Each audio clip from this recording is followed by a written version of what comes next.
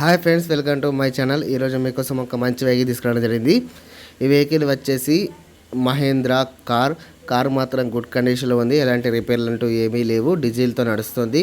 First owner car అనేది tyre విషయానికి వస్తే 50 to 60% వరకు నీట్గా ఉన్నాయి. 90,000 కిలోమీటర్ మాత్రమే తిరిగింది. 7 మెంబర్స్ అయితే ఈజీగా కూర్చోవచ్చు.